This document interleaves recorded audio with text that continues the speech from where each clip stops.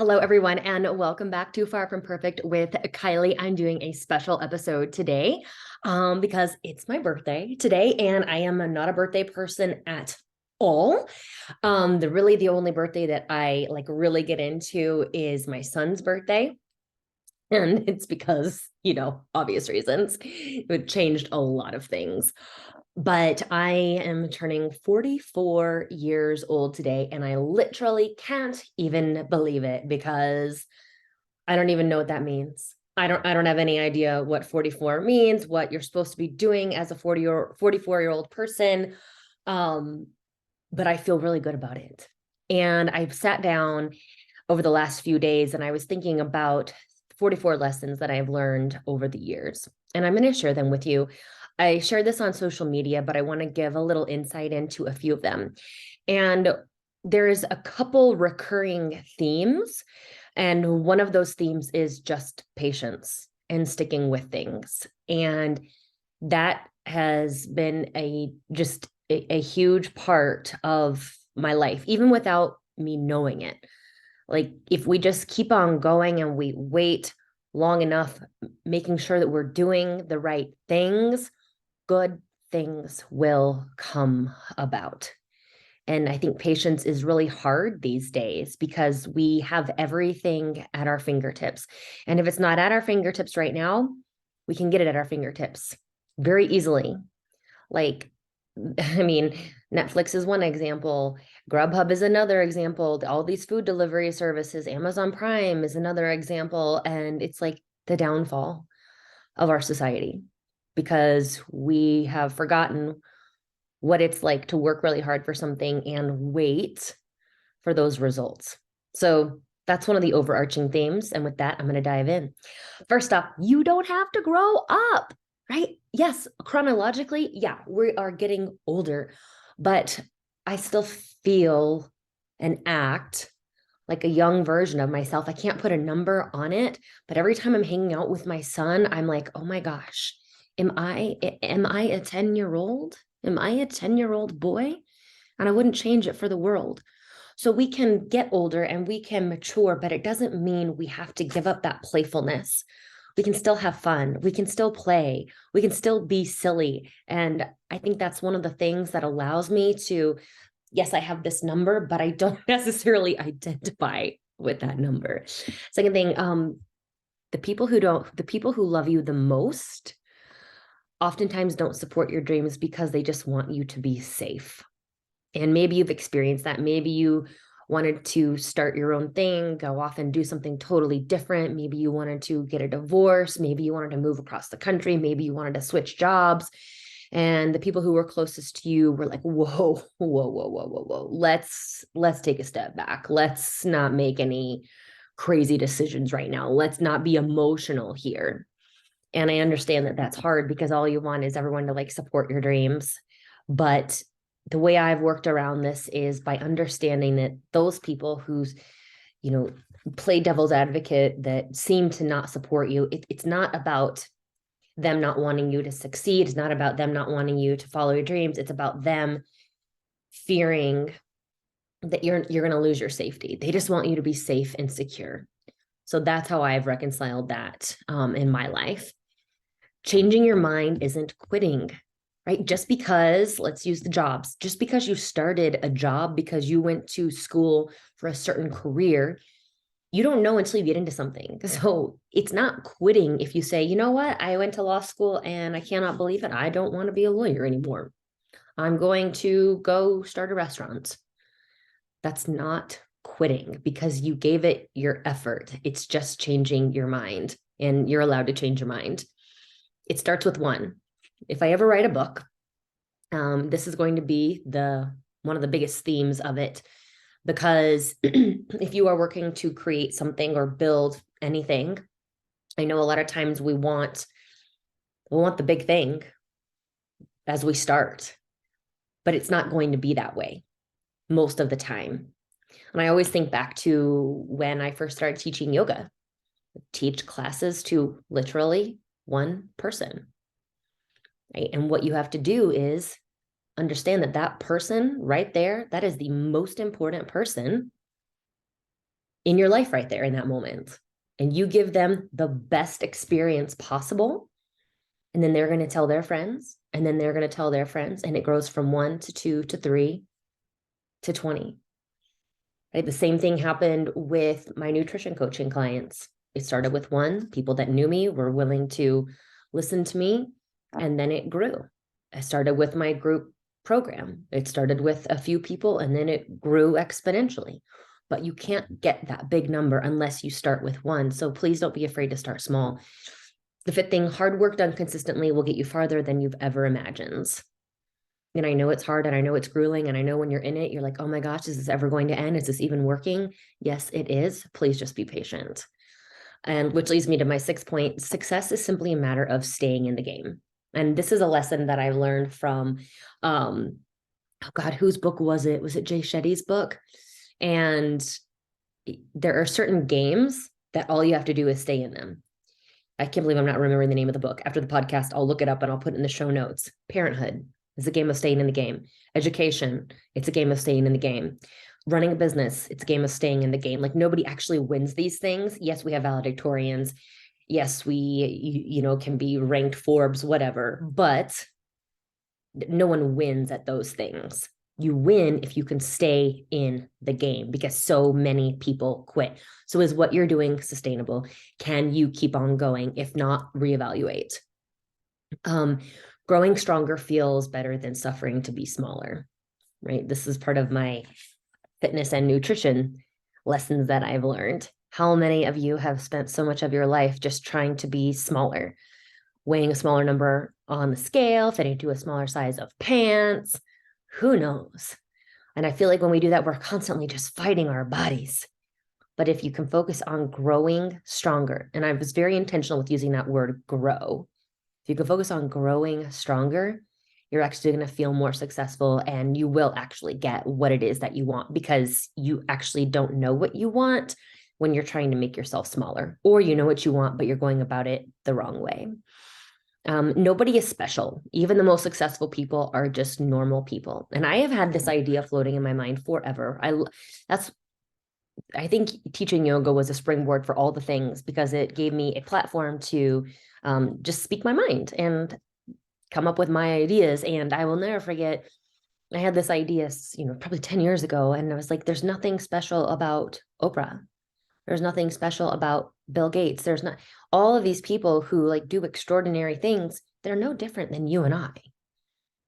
They just did what they said they were going to do. They failed, but they got back up.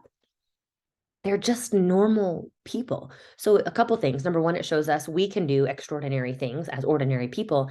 And number two, it teaches us that we can't put these people on pedestals. Oftentimes we are disappointed when we find out that somebody has done something. And to me, that's a mistake on our end, because we shouldn't put people on pedestals because they're just like us. And when we put them on a pedestal, they're just determined to let us down. That might sound like really bleak and grim. I don't mean it to be that way. I mean it to be empowering. Like, you have what they have. So stop second guessing yourself. You can do things your way, not the way they are supposed to be done. Right? So a lot of us, we grew up a certain way. You did a certain thing. There was a sequence, there was a process, there were steps that you were supposed to take, and that led you to wherever. And for a lot of us, it didn't go like that, or it led us to a place where we weren't that happy, and that's okay. You don't have to do things in a certain order. There are no rules in this game of life. Everything is worse in your head. And this is one of those lessons I keep learning over and over and over again. I talked about this at the end of the year. This is why we can't ruminate. We cannot be by ourselves and our thoughts. We have to express our worries and our concerns with other people, so that when we say them, oftentimes it doesn't seem so bad, or we realize that what we're saying is just crazy nonsense, or we can get someone else's point of view and they can help us see why it's not so bad. Or we can also then get our ideas out and then take action, because action is the antidote to anxiety. Start before you are ready. Always. You're never going to be ready. There's never a perfect time. Just go. Just go. You're going to figure it out as you go along. So stop delaying the inevitable. Energy, or excuse me, done. Oh gosh, no. Sorry. Start before you're ready. No one has it easy, no matter what you think. Seriously, you might think Sally down the street has a perfect life because she doesn't have to work. She's got 2 beautiful kids and all this stuff. I guarantee you, Sally has something going on that you don't know about. So just remember, we're all in this together. And as Brene Brown says, nobody rides for free. All of us just want to be seen and loved unconditionally. No additional thoughts needed there. The slow way is the fast way. Absolutely. There are no shortcuts. Every time you take a shortcut, what do? You get lost. You get to the wrong place and you have to start over again. You don't get what you actually wanted. So do it the right way, the slow way, and just do it once. Done is better than perfect. Just get it done. In Atomic Habits, what does he say? You have to something before you optimize. You have to start doing things before you improve on them. So just get going. You are the only one that can create the life that you want. And that is true. You guys know I talk so much about ownership, owning your choices, owning how you show up. This life is yours, and you have the ability to create the life that you want. Nobody can do that for you. Energy is everything. Protect and recharge yours at all costs. Your energy is what attracts other people to you, right? People want to be around you because of your energy. And if your energy is zapped all the time because you're doing things that just suck the life out of you, we have to find ways that we can recharge, finding activities that fill us back up. Because without energy, we can't do anything. You don't have to be miserable to want something more or different. So this goes back to being okay to change. It's okay to change. You don't have to hit rock bottom in order to decide to take care of yourself. You don't have to be totally miserable in your job to say, I want a different job. No one knows exactly what they are doing. Trust me on this one. So this is the beauty of my job. I get to talk to so many different people and connect to so many people who all look like they have it together and they don't. And that's okay, right? They might have it together in certain aspects of their life, but you don't have to have it together in every aspect of your life. Nobody does. So if you haven't figured it out and you feel like you're kind of winging it, good, because we all are. That's the strategy we're all using. We're all just winging it. There is a big difference between alone and lonely. So this is, I do like to spend a lot of time alone. That's one of the ways that I recharge. But I've noticed there are times when I'm alone that I also feel lonely. And so I just wanted to differentiate the two. You can be alone and you don't have to be lonely. But if you are feeling lonely, let's figure out, what do I need to do to connect with somebody or something? You can make yourself believe anything, choose wisely. So this is a lesson from George Costanza. It's not a lie if you believe it. How true is that? So what are you believing about yourself? Please tell me it's good stuff. You better be believing that you are the most amazing person in the world, that you can handle anything, that you are strong, that you are resilient, that you are the best mom, you are the best doctor, the best nurse, whatever. Choose wisely. You can make yourself believe anything. So choose wisely. There's no timeline for your life. Kind of goes back to there's no certain order or anything.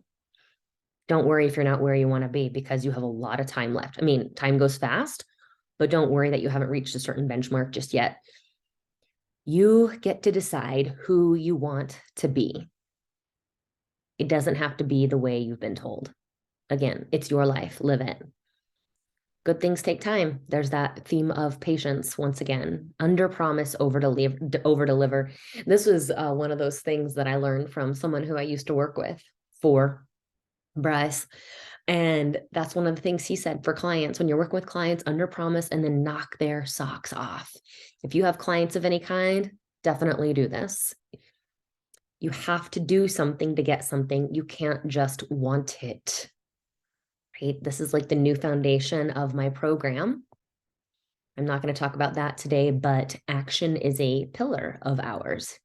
You're never going to get a different outcome if you don't take some sort of action. You can't just want something. You can't just wish for it. You have to work for it.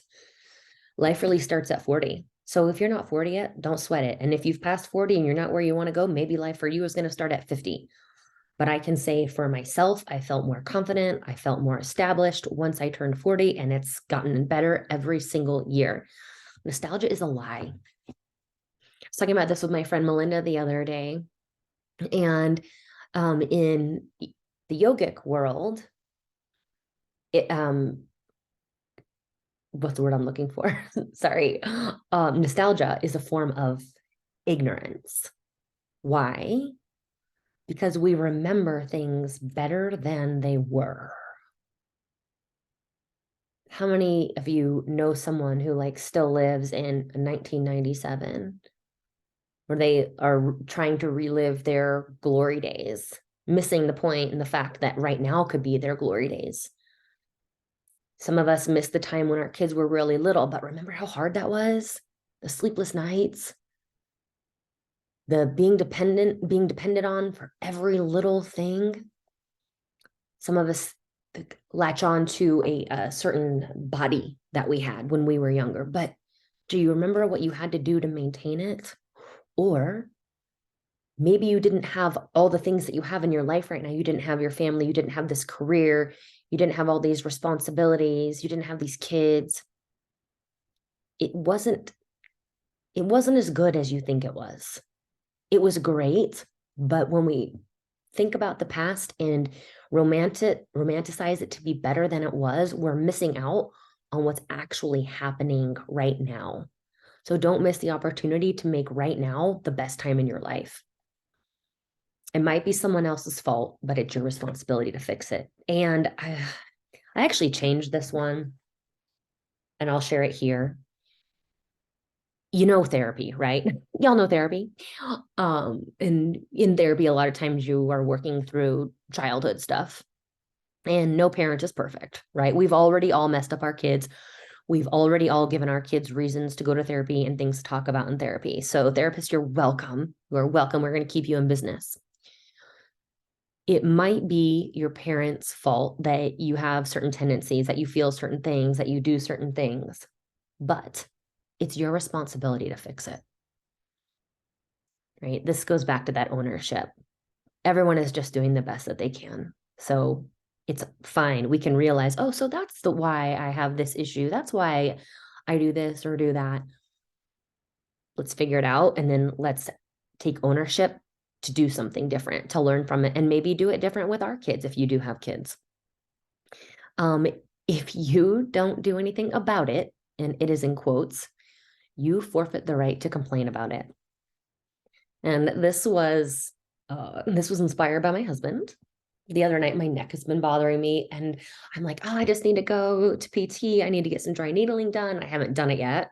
And last night I was complaining about it again. He's like, Kylie, if you're not going to do anything about it, stop complaining about it. And I was like, oh, that's a good one. Because we see this too with clients, right? I mean, we're all human. We all do this, but let's be real with ourselves.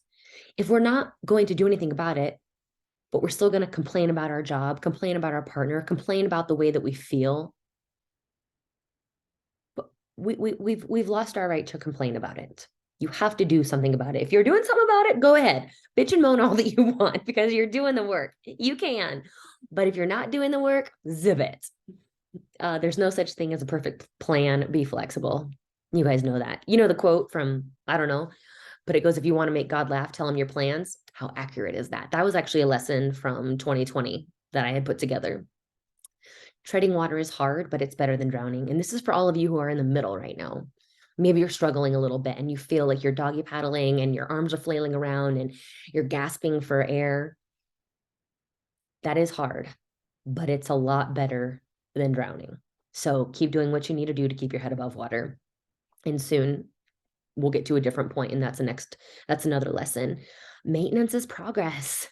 This has become one of the platforms for my coaching, talking about getting people to eat in maintenance and not have a goal of losing wait, understanding that maintenance is a necessary part of the process. So it's okay to maintain. We don't always need to be moving forward. We don't always need to be losing weight. So just remember that maintenance is progress because you're not going backwards. There's nothing wrong with me or you. And this was in my last podcast of 2022. So I'm not going to go any deeper into that. You don't have to make your bed. Okay. I am a pretty well-adjusted, happy person, and I hate being told what to do when it comes to like productivity and feeling good in your life. Make your bed, do this morning routine. That makes me not want to do it. So if you're like me and that just sets you over the edge, then don't fucking do it. Nobody's going to tell me when to make my bed. It didn't work when I was little, and it's not going to work now. I'm going to do it when I want to do it, if I ever want to do it. Rant over. And this goes back to my whole thing about being perfect. To me, that feels like really perfect. I have to make my bed every day. Not my jam. If that's your thing, great, do it, go for you. But that's why you can do you and do what makes you happy. That does not make me happy. I'd rather have someone else make the bed. The worst case scenario hardly ever happens. This came from Brooks. How awesome is that? I was downstairs last night on the treadmill and just getting some steps in. And I was like, hey, Brooks, what are your life lessons? And this is one he gave me. And I thought that was just beautiful. The worst case scenario hardly ever happens. Bad times don't last forever, and neither do the good times. So this was another yoga theme I used to have frequently. The good news is nothing lasts forever. The bad news is nothing lasts forever.